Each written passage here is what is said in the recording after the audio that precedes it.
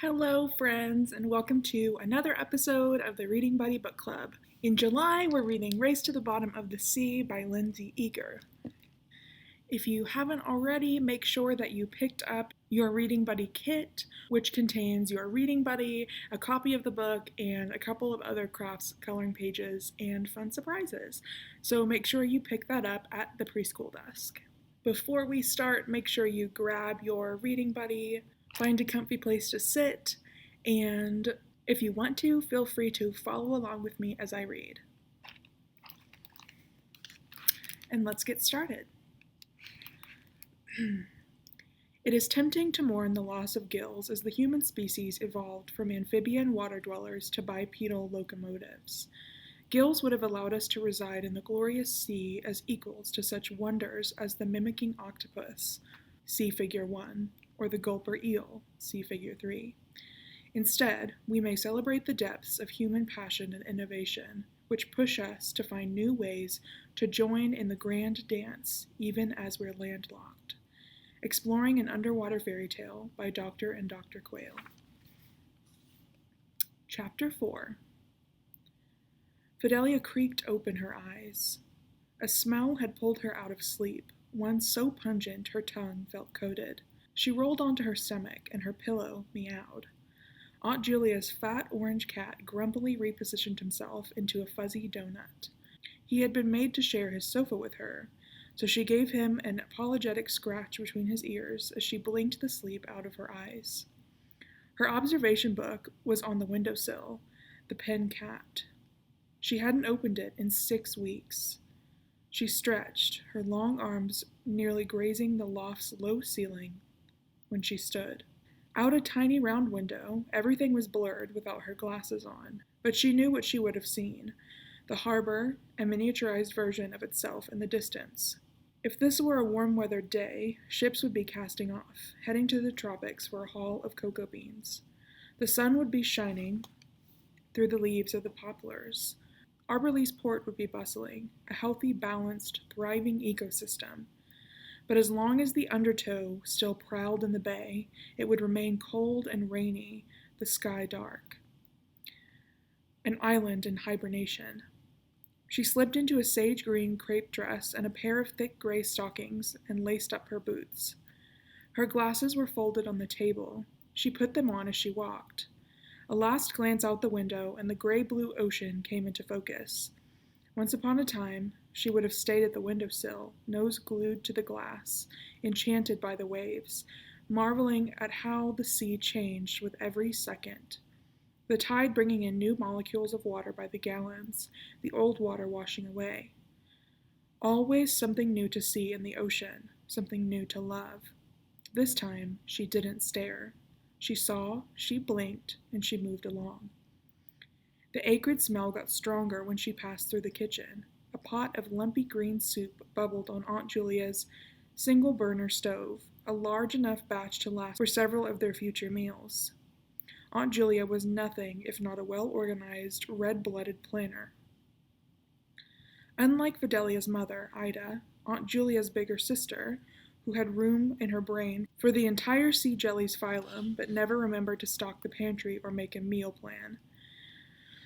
She'd worked until sundown, then burst into the kitchen with mad, hungry eyes and holler, "I'm starving! Arthur, are you going to magically make some dinner up here, or shall we get shipwreck stew again?" Fidelia had forgotten how shipwreck stew tasted. She'd forgotten how all good food tasted. Aunt Julia's cuisine was best consumed with nose plugged and breathing stifled. As she marched down the stairs, she finger-combed her ratty hair. Aunt Julia made Fidelia scrub her head with a violet-scented hair tonic every night, but Fidelia still stank like fish guts, as if it had permeated her very soul.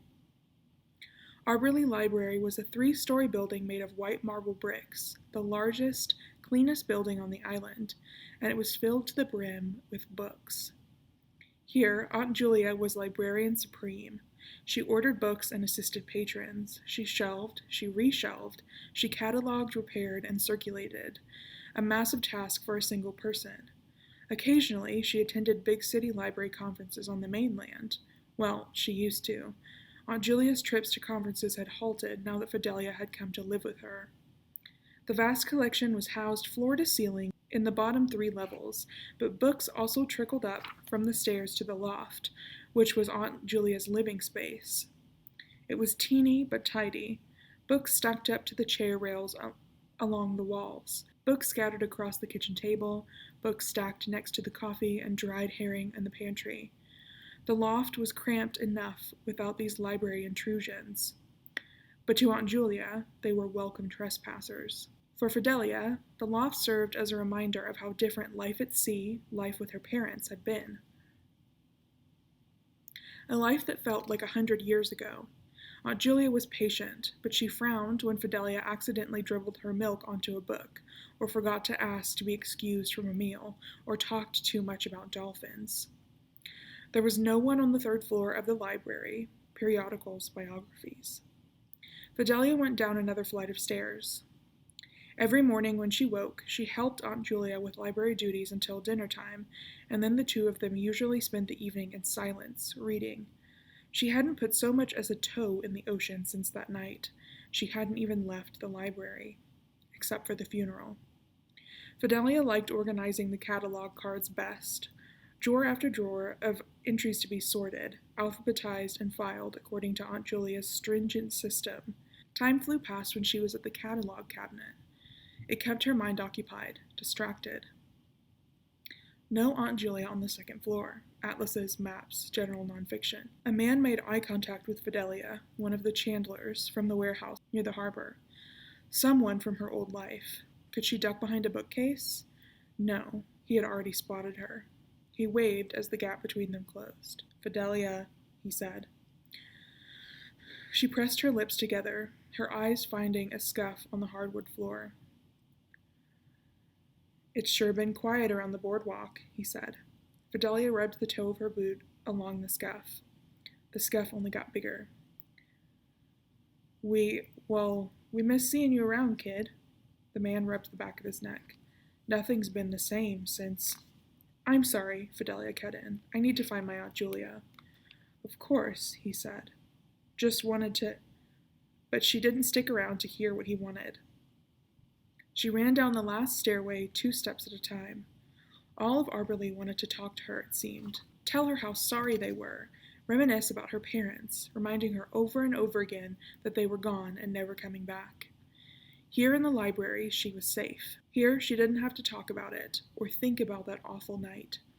On that night, just as the blackest hours began splintering into a deep tangerine sunrise, there had been a knock on the door. The knock Fidelia had been dreading. Fidelia heard only snippets of the conversation between the constable and Aunt Julia. Dragged to the bay and recovered the bodies. Next of kin. Death certificates will be issued. Absolute tragedy. Then Aunt Julia had shut the door and held on to Fidelia. And the two of them had collapsed as one, wrung out and raw-faced, crying too hard to stop. Fidelia finally found Aunt Julia on the main level. Sciences, histories, and medical texts. The librarian was halfway up a ladder, stocking encyclopedias onto a polished bookshelf with loud thumps. Her Oxford heels pointed straight out on both sides, like a ballerina in first position. "There you are," Aunt Julia said, without turning around. "Did you sleep well?" "Fine." A lie, for weeks. Her nights had been the same. Endless tossing, dreamless sleep. Except for 2 faces with dark hair and identical black glasses, floating in a suspended sea of fog. "You slept through breakfast." Thump, thump. "There's turtle soup in the loft." "I'm not hungry." Another lie. But if the smell of that soup was any indication of its taste, she'd rather deal with the groans of an empty stomach. "Fidelia, darling." Thump, thump. "We need to discuss something important." Aunt Julia spoke so softly, as if someone had used a damper pedal on her vocal cords. "It's about your parents' estate." Fidelia waited. Was that her heart that thumped, or an encyclopedia landing on the shelf? "I just received a letter," Aunt Julia explained. "Your parents left you a respectable sum of money, which will be yours when you come of age.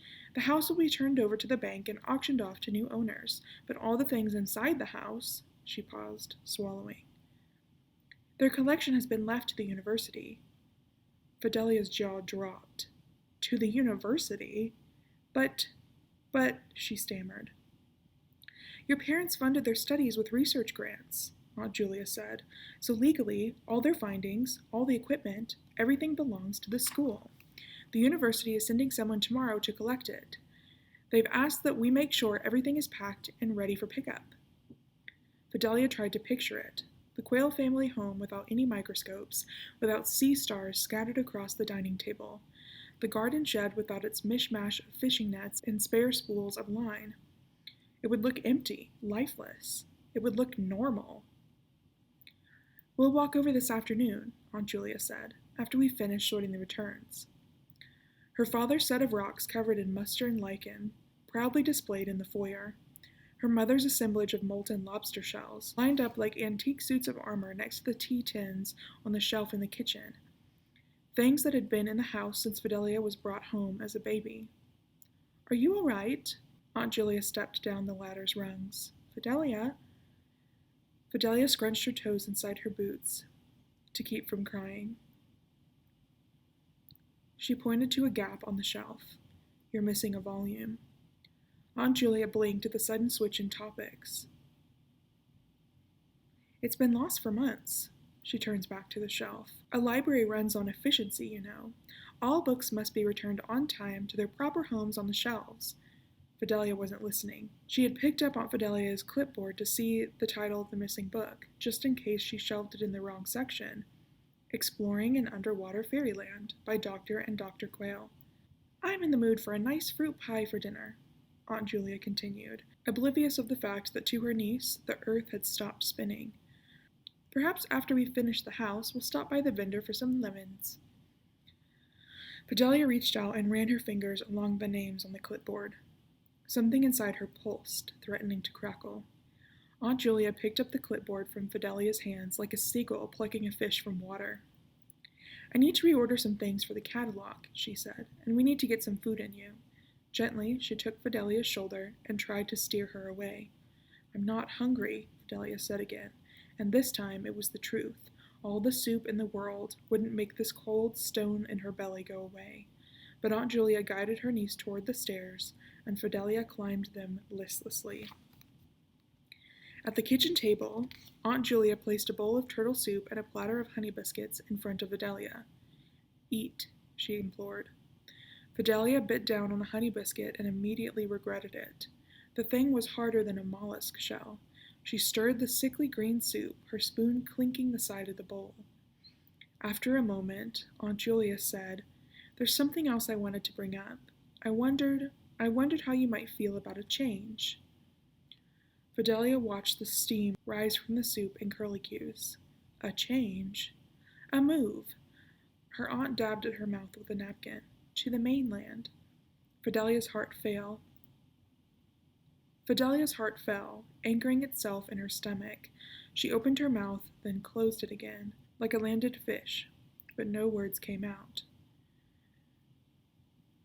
We can come back to Arberley to visit, of course. But Arberley is home, Fidelia said.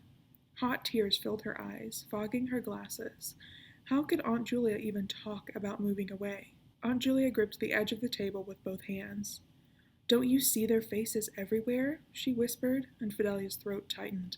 In every shop window, every cup of tea, every book. I see them everywhere I look. She gazed at Fidelia, and Fidelia finished the thought for her. I see them in you, Fidelia, in my own niece. It hurts to even look at you. How do you think I feel? Fidelia wanted to cry out. I look down at my hands, and they're my dad's hands, long-fingered, knobby-knuckled. I touch my hair, and it's my mother's, and she's twisting it back in one of her braids. I'm a Quayle.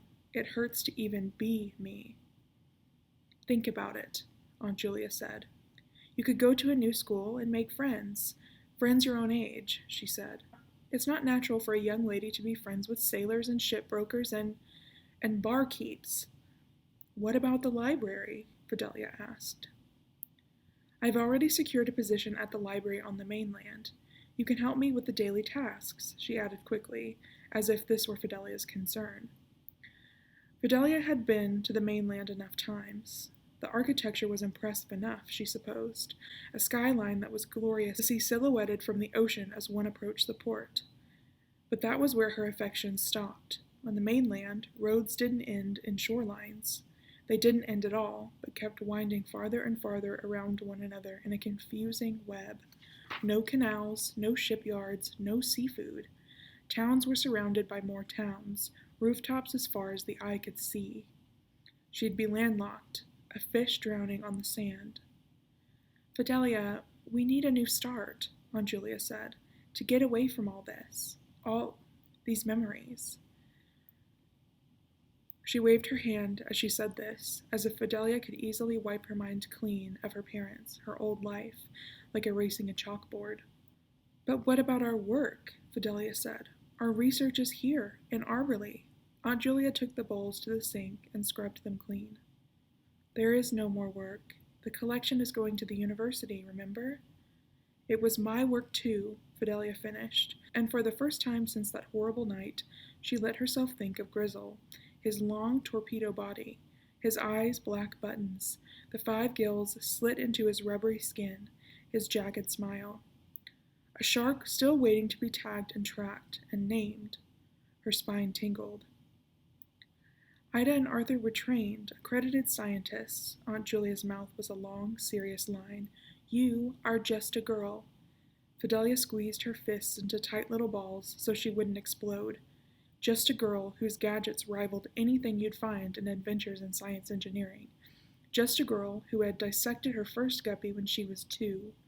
Just a girl who 6 weeks ago discovered a new species of shark. If she gave up now, she'd always be a footnote to the late Dr. and Dr. Quayle. Listen, Aunt Julia said carefully. You can still continue your research from the mainland, if you like. Science isn't only about field studies, after all. We'll order some new science books from the catalog. No more books. Stop trying to make everything better with books. Fidelia pushed away from the table, her chair falling back with a clatter. The fat cat meowed in protest. Fidelia loved books, of course she did, but there were some things a book couldn't give her. The smell of the sea, salt burning in her nose, the chill of spray on her cheeks, the sound of whale pods harmonizing as they floated, shifting continents in the watery blue. Can't you see I'm trying to keep you safe? Aunt Julia burst out. To lose Ida and Arthur is bad enough. To lose you... Her voice broke. She sank into a kitchen chair, covered her face in her hands, and wept. Fidelia held her breath until her own tears ebbed and the lump in her throat melted. I don't want a new life, she said. I want my old one. Aunt Julia wiped her damp cheeks with her wrists. Well, it's gone. Fidelia walked to the windowsill. Her observation book was still there, still closed. She touched it. A layer of dust came off with her fingers. Ashes to ashes and dust to dust. The minister's words from the funeral came into Fidelia's mind uninvited. She remembered all the people who had come to lay the Quayles to rest, scholars and amateur biologists, bird-watching hobbyists, and the sailors. The sailors. Their heads had looked so tiny without their nautical caps, oily hair smoothed back in respect, sea-battered faces twisted in grief when they trailed past the caskets. Sailors who had taught Fidelia how to spit-shine her boots, sailors who slipped fragrant oranges into her hands on her birthday, surrogate aunts and uncles, all of them. And she'd been avoiding them, hiding in the library like a moray in a reef. Because she knew if she looked in a sailor's eyes, she'd feel that sudden coldness at both sides without her parents there. Without Arthur cracking his salty jokes, Ida laughing like a happy goose. Without the two of them, did Arberley even feel like home? I think, Fidelia said, I'll go to the house and start packing. She tucked her observation book and binoculars into her bag, a habit as old as she was.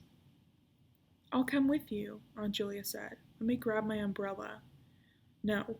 Fidelia slipped her bag over her shoulders, right in its place, crossing her body like a banner. You're upset. I want to go by myself. She let Aunt Julia look at her face. Please. Be home for dinner, Aunt Julia finally said. Then Fidelia turned and ran down all 3 flights of stairs, and when she pushed open the library doors, the scent of the ocean hit her like a riptide, sudden and violent. She swallowed the sea air, a frigid shock to her lungs. Her quarrel with Aunt Julia faded to a hidden alcove in her mind as she headed through the silent town, braced for the storm. Chapter 5. Fidelia walked down the cobbled street past the ink emporium, past the chemist's shops, past the draper's. An elaborate new sea chart was displayed in the window of the lithographer's shop. Fidelia crossed the street. It couldn't even tempt her. She scampered right past the road that would have led her to the boardwalk, her neck cemented forward. The last thing she wanted was to bump into anyone who might try to talk to her. The sound of the book and bottles, laughter, and fiddles dwindled as Fidelia went the opposite direction, down Hemlock Avenue. Then it was as quiet as open water. Evidence of the undertow's spiteful winds were everywhere. The poplars lining the canal were blown back, angled like pins scrawling on paper. Windows and doors were still bolted shut. Every scrub was a hen with ruffled feathers. She glanced down just as rain started plink-plinking the surface of the canal, shattering the water's mirror imagery of the gray cotton-down sky. She turned the conversation with Aunt Julia over and over in her head, like a found coin. Could Fidelia really thrive in a new habitat? Could she live without the sea surrounding her on all sides? Without the native star apple trees that grew in the green spaces between buildings? Without the promise of tide pools mere minutes from her front door? Her boots clomped easily through the puddles in the street. They were grade A, rubber-soled black flincer boots, staples in all 3 Quails' wardrobes. "You'll never know when you'll need to chase a specimen through the bog," her mother had said, and wisely so. Last year, Fidelia and her mother were tracking a marmalade frog, and the critter had led them through a mile of swampland before settling on a stump. The Quails had kept up just fine, thanks to the boots. "Oh, Mom." Fidelia swallowed away the hurt that swelled like a wave inside her, and tried to ready herself as she turned down Oleander Road. The shingle-style canal houses were tall and narrow, with thick white wooden trim like frosting on gingerbread houses, and yards full of tangled ivy. Every house's door was painted a different color: robin's egg blue, daffodil yellow, grass green. She stopped in front of a house with drawn curtains, its door the color of a goldfish. A signpost above the mailbox said "Quail" in bold lettering. Before she could lose her nerve, she charged up the front stoop, honeysuckle taking over the terracotta brick stairs. She found the hidden key to the front door beneath the loose shingle under the bay window, held her breath, and went inside. It wasn't as hard as she thought it would be, to see the home she'd shared with her loving parents, but then again, things weren't as dramatically different as she'd expected them to be. The parlor was freezing, only ash in the fireplace. Her mother's tea set was still arranged on its cart in the bay window, the stack of her favorite ginger cookies as stale as stones. A thin layer of grime coated everything, including her parents' gilded iguanas, but not even the dust could reduce the awards to mere trinkets. The weak noon sunlight poured through a crack in the kitchen's curtains, hitting the gilded iguanas like a flashlight. Right there, right between them, that's where she would have put her own award, and she would have put one of Grizzle's massive teeth on the shelf next to it. Grizzle. The shark cruised through the shadows in her mind, and her shoulders sank. All the things she'd lost, Grizzle, her parents, her home, and now Arborlee itself, stacked themselves on her back, the load unbearable. Maybe it was a good thing that her parents' collection had been left to the university. Less things, less burdens, less tangible memories. The house itself would be gone too, sold to new people. Maybe even to a nice fishing family, someone who would love the 5-minute walk to Stony Beach as much as the Quails had. Maybe Aunt Julia was right. Maybe it was time to migrate somewhere new, away from Arborlee, to rebuild. She ran a finger along the brim of her father's favorite boater hat, still in the Chase Lounge where he always tossed it as he came through the front door. Ida would pretend to shake hands with the hat rack and say, "Arthur dear, may I introduce the 2 of you?" Fidelia closed her eyes. She didn't believe in ghosts. She was only interested in things that could be observed, measured, and collected. But this house was haunted in a different way, haunted by memories. Ida Quayle's voice chirping in the hallway upstairs, Arthur Quayle banging around in the garden shed, getting the equipment ready for an early morning field study. There was a sound above her in her parents' bedroom. What was that? Another sound. Someone was walking upstairs. Fidelia grabbed a white whalebone, held it up as a weapon. Her parents' bedroom door squeaked. She stopped breathing. Could it be? Was there a chance? No, she whispered and repeated in her mind like a chant. No. Her parents had drowned. The constables had recovered the body. There had been a funeral. No, it couldn't possibly be. Footsteps started down the stairs. She tightened her grip on the whalebone. During the undertow, anything could happen. Mom, she called weakly. Dad? She took a step forward, and a steel-strong hand clapped over her mouth from behind. Fidelia screamed, but the hand trapped all sound. She threw kicks, punched, hacked with her arms to no avail. She was lifted like a sack full of freshly caught cod and thrown over the person's shoulders. Fidelia's captor carried her upstairs, her boots bumping against the banister as she thrashed like a gator caught on the line. She was dropped unceremoniously in the armchair in her parents' bedroom. Many a night had been spent in this chair, on her mother's lap, her mom murmuring a lullaby to soothe Fidelia out of a nightmare. Now, two strong arms pinned her there, more terrifying than any bad dream. Keep her there, a man growled from the corner of the room. It was so dark that Fidelia could make out only his silhouette. The shutters blocked what little late November light there was. Tie her up if you have to. She'd been in bad binds before. There was a time she got her hair caught in the snap of a wolffish, or the time she'd accidentally ingested a poisonous water lily. But she wasn't out in the wilderness now, dealing with plants and animals. These were people, and she had no idea how to handle them. Yes, Captain, said the man holding Fidelia in a deep, molasses-dipped voice. Captain. Fidelia knew every captain who came through Arberley's port. She racked her brain, trying to match the face to the gravelly voice. Get a fire, the captain started, then burst into dry coughs. A woman said, Captain, are you? I'm fine, the captain grunted. Just get a fire lit. A match struck, and suddenly a golden light filled the room, the hungry flames devouring the logs in the grate. Fidelia blinked, her eyes adjusting. A woman crouched on the Quayle's rug, tying a rope around Fidelia's ankles. She wore a pair of rolled-up men's knickers and a billowing blouse. A red scarf wrapped around her hairline, keeping her white blonde hair out of her eyes. Her face was hard and tanned, cheeks weathered by wind and sun, and her brawny forearms were covered in blue-black ink, rows of solid lines wrapped around her wrists like bracelets, and a swallow flying across her left hand. Nice boots, the woman said with genuine admiration. Rubber? Fidelia didn't answer. She was trying to place the woman's accent. The man who'd carried Fidelia up the stairs now came around the front of the chair and lashed her wrists together with the length of that same itchy rope. He was tall, dark-skinned, and broad, with biceps as big as grapefruits.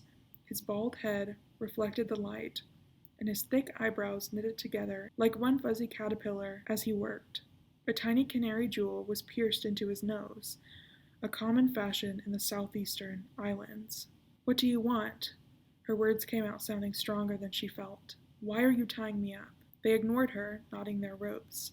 The man went to the Quayle's dresser and opened the drawer. You won't find anything valuable in there. Despite her fear, a curl of scorching rage flicked through Fidelia's chest. How dare these strangers come into this house? How dare they touch the Quayles' things? Unless you're interested in shark sperm samples. You hear that, Charlie? She fancies you a cat burglar. The woman snickered. The man slammed the drawer shut and glared at Fidelia. Give me your scarf, he said to the woman.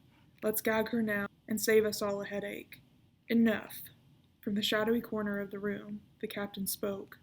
Where are they? His voice, quiet and steady, but tight as a plucked wire.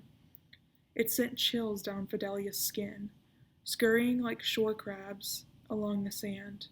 Who? She said, trembling. The unsinkable Dr. and Dr. Quayle. Where are they? The captain said, every syllable crackling. They're, Fidelia stammered. Gone. Gone where? The captain said. On holiday, moved, retired. The captain stepped forward, and a blaze of the firelight caught the profile of his face. Skin so pale it was almost lavender, but wind-burned and rough. One black sideburn curving along a sharp jaw and a scraggly black beard. One silver hoop earring, half a stern mouth, and one blue eye, burning like a moonstone. The other half of his face remained concealed in the darkness. Speak, girl, he commanded. Fidelia started, even in her bindings. They're dead. A stone dropped in her stomach. There, he had made her say it. The news seemed to physically wound him. He bowed his head, shrinking back into the darkness. How? He said softly. How did it happen? The undertow, Fidelia whispered, then frowned. I don't understand. Did you know them? He must have. Why else would he care if they were gone? The captain exhaled a gust of air. I knew of them. Let's put it that way. And they knew of me. He knew of them? Well, I'm their daughter, she said. If they knew of you, they certainly never bothered to mention it. She strained against her ropes. My parents might be gone, but this is still my house, at least for the moment. I demand you get out. Their daughter, he mused. Interesting. Judging by the way you stink like a dried-out porpoise on low tide, I'm guessing you share their unusual passions. Fidelia raised her chin. And you stink like... She sniffed, her well-trained nose picking up a mixture of gunpowder and salt, ocean brine stuck in wedges of it, a crate of limes. The smell of a harbor, the smell of a sailor, a captain. He turned to her, the rest of his face illuminated by the hearth, and Fidelia gasped. The captain had one brilliant, frighteningly blue eye, which seemed too rich to be natural, vivid as a sapphire. But his left eye... Fidelia wondered how an eyeball could cling to a skull like that while still respecting the laws of gravity. The iris was carbon black, an endless mine shaft. Scarlet liquid held the iris aloft, a black dot awash in a stormy sea of blood. Not the most beautiful shade of red, is it? He said. But we all make our little sacrifices for the Queen's own navy. You're in the Navy? Fidelia said. Was, he corrected, served 3 years. He fingered the scarred skin around his eye. This was courtesy of an artillery ricochet. At least I was left with my head, which is more than most of the naval commanders can say. He took a seat across from Fidelia in her father's favorite reading chair. There was an unnatural calmness about him, as if he were in command of every molecule in his body. Quite the opposite of Fidelia, whose pulse hammered with warning shots. Danger, danger, danger.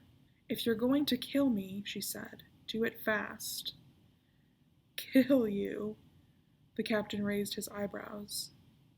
You seem like a smart girl. If I wanted you dead, why would I tie you up?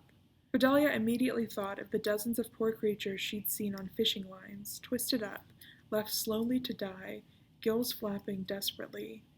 Was she heading for a similar fate? Then what is happening? To be straightforward, he said, I'm here for a Quayle. I came for your parents, but since they are, Fidelia braced herself for the word, unavailable, I'll be taking you. His black eye was a tunnel.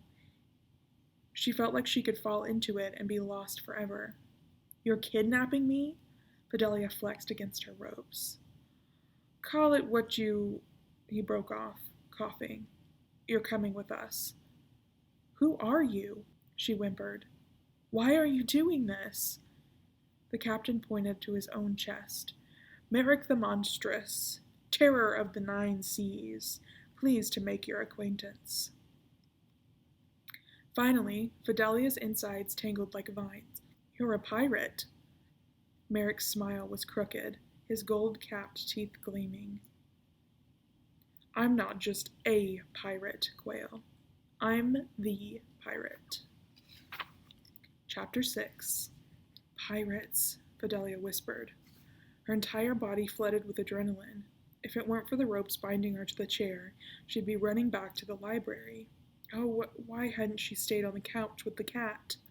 "But you said you hurt your eye in the Navy," she said.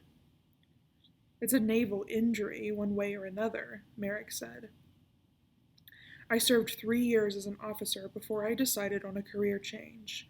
All pirates have seedy backgrounds. Mine is easily the seediest." "Cheap shot Charlie," the woman said, gesturing to the bald man. "And I'm Bloody L since you asked." The woman said, "At your service."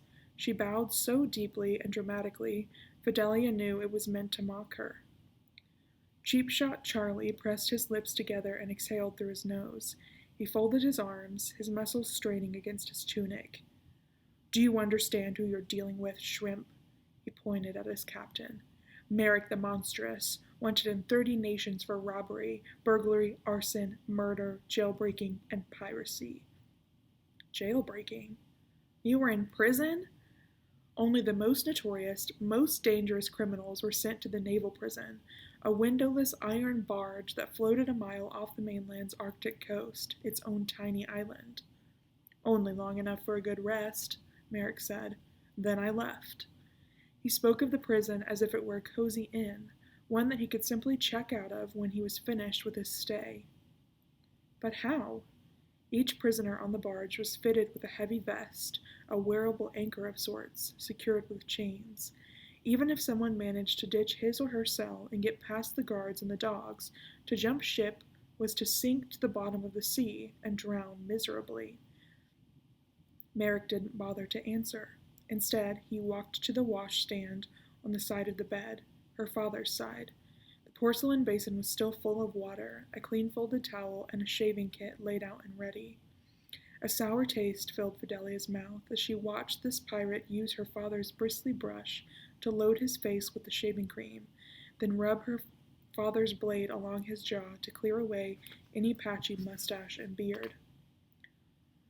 Only his 2 sideburns remained, and Merrick slicked those and the rest of his black sea devil hair down with Dr. Quayle's greasy pomade. Fidelia blinked. The spicy, woodsy smell of pomade hit her nose, her father's scent. "Much better," Bloody L praised after inspecting her captain. "You look like yourself again." "I could use a good dip in turpentine." Merrick scratched his head. "Damn prison gave me nits, I think." "I don't understand," Fidelia said. "You're Merrick the Monstrous. If you can do all that, escape from prison and elude the Navy, then—" She paused. He didn't look much older than Aunt Julia, but he had already carved out a name and a reputation for himself, and a monstrous one at that. Merrick finished her sentence for her. "What could I possibly want with you?" Before he could elaborate, he coughed, a string of violent hacks that made Fidelia's throat tighten in sympathy. Bloody Al rushed to his side, holding out a canteen. But Merrick waved her away. "It won't make a difference," he snapped, "and you know it." He collapsed in the armchair, panting. He coughed once more, just a trickle, then straightened, locking Fidelia's gaze with his clashing eyes. "A treasure of mine fell into the sea," he said, "and you're going to get it back." Sunken treasure. Electricity jolted her nerves. She tried to remember how it used to feel to be gently swallowed by the sea, to sink down into the water until the world was upside down, brighter, filtered blue. The underwater fairyland, her parents called it, and that's how it felt. As if her old life had been a fairy tale, far away, a passage from a book. Merrick was demanding that she dive into a dream. "There's more," the captain said. "I don't know where it is." She gaped at him. For 11 years, she had studied the ocean and its inhabitants with her parents. Doctor and Dr. Quayle had done it on their own for a decade before Fidelia came around, and the 3 of them had seen only a speck of the ocean's secrets. There are 9 seas. she said finally, stunned. How could you possibly expect me to find... Don't be an idiot, Merrick barked. I know the general vicinity, but the seafloors have all shifted. Everything down there, it's moved, different. He picked a ball of lint from the wool of his threadbare peacoat. The undertow wreaks havoc on the tides, sweeps sand and shells and Lord knows what over my treasure. I don't know what you expect me to do, Fidelia said. My parents were Dr. and Dr. Quayle. They were brilliant. They doubled the list of known marine species in just 5 years. They saved the great northern narwhal from overfishing. They knew everything about the sea, and they're gone, Merrick finished. And you are what's left behind. He dashed his hand like a blur into his boot and produced a sleek silver knife. The firelight glinted off the blade, a warning, a hint. Surely some of their expertise rubbed off on you. Fidelia stared at the knife. What if it didn't? She kept still, concentrating on keeping her hands from fidgeting beneath the ropes. Merrick darkened. Don't test me, girl, he said. You're getting my treasure if I have to hog-tie you and throw you into the water myself. He angled his knife so the light hit Fidelia's eyes. But if you cooperate, I'll have you home safe within a week. He sliced through her restraints. Home. Fidelia watched the fire flicker in the hearth that no longer belonged to her. Nothing in this house belonged to her. No, Fidelia didn't have a home, not anymore. She stood shakily, the ropes falling to the floor in coils. Smart girl, Merrick said. I'd hate to see you lose one of those hands.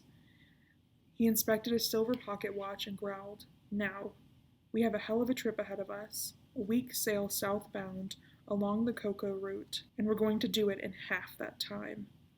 Wait, we're leaving now? Never mind Merrick's absurd delusions that they'd be able to pinpoint their exact moment of arrival. Traveling by sea was a notoriously slippery thing since there were so many factors. Crosswinds and traffic on the routes, and unpredictable ship maintenance. He was ignoring the most important and most dangerous factor of all. What about the undertow? We'll see if the remaining quail can make it through the storm a second time. What is it you say here? In the undertow anything can happen? The cruelty in his comments chilled Fidelia to her marrow. But why? Because the Navy begins their winter patrols next week. Merrick's blue eyes seared a hole into her. Because the faster I can be rid of you, the better. And because, he finished with a particularly lethal poison, some things you have to do now, right now, and hope to the stars it isn't too late.